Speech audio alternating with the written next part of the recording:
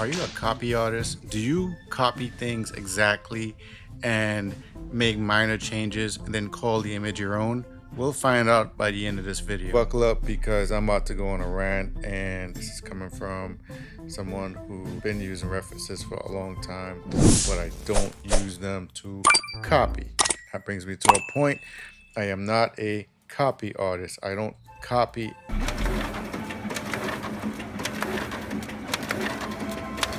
I don't copy exactly what is in front of me.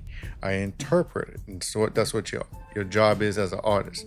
You interpret what you see in front of you into your own hands. Now, if you take a image of a woman standing and you throw a Catwoman costume on her and you want to call her Catwoman, well, it's maybe Catwoman on that paper, but it's not really Catwoman now, is it? Is a woman standing like Catwoman? She has a certain kind of femininity about her. Did you capture that?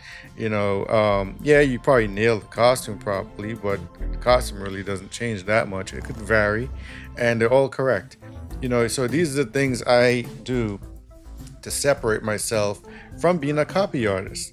A copy artist is something that, well, a lot of us did when we were kids, coming up, learning how to draw, is where we would copy the hell out of something, specifically comic books. I've done it to death as a kid, but later on and trying to be better at what I do, I'm not going to keep doing that. And I know as people do. Now, there is an exception to this. The exception is with the references and the models that you get is someone like, for example, Frazetta. He actually married his wife that is his model, and a lot of his paintings you're looking at his wife. So his references actually is his paintings. His wife modeled in the direction of the painting that he wanted. A very lucky man. But me, I don't have that luxury because A, I am not married to a model, and B, I and B, I am not a paid professional, so I'm not paying a model to model and pose for me and snap those photos for reference. So I gotta use what I gotta use, right? Probably like a lot of you. Some of you, are monetized on YouTube, so you can probably justify that because it's part of your gig. But some of us is not. So, that's my take on that. In this image here, this is my Catwoman. I have done this gesture drawing, line drawing, the bodywork, anatomy on my own. I have drawn anatomy so much that I have memorized the vast majority of it.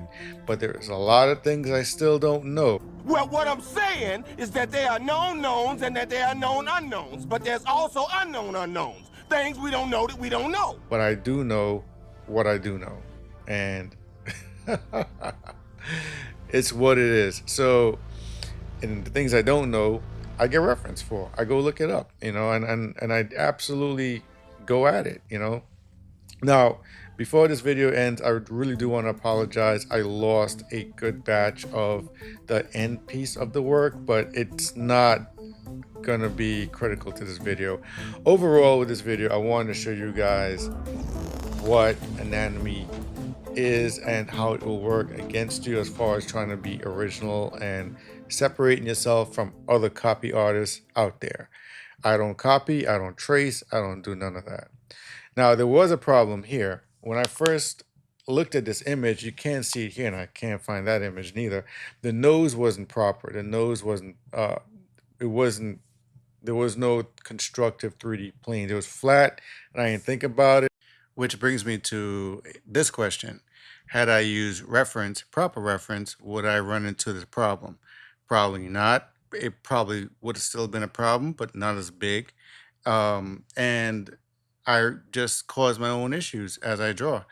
But I do this on purpose so I can learn and continue to build my mental library, keep memorizing body parts, and keep my artwork looking different from everyone else. Y'all be good.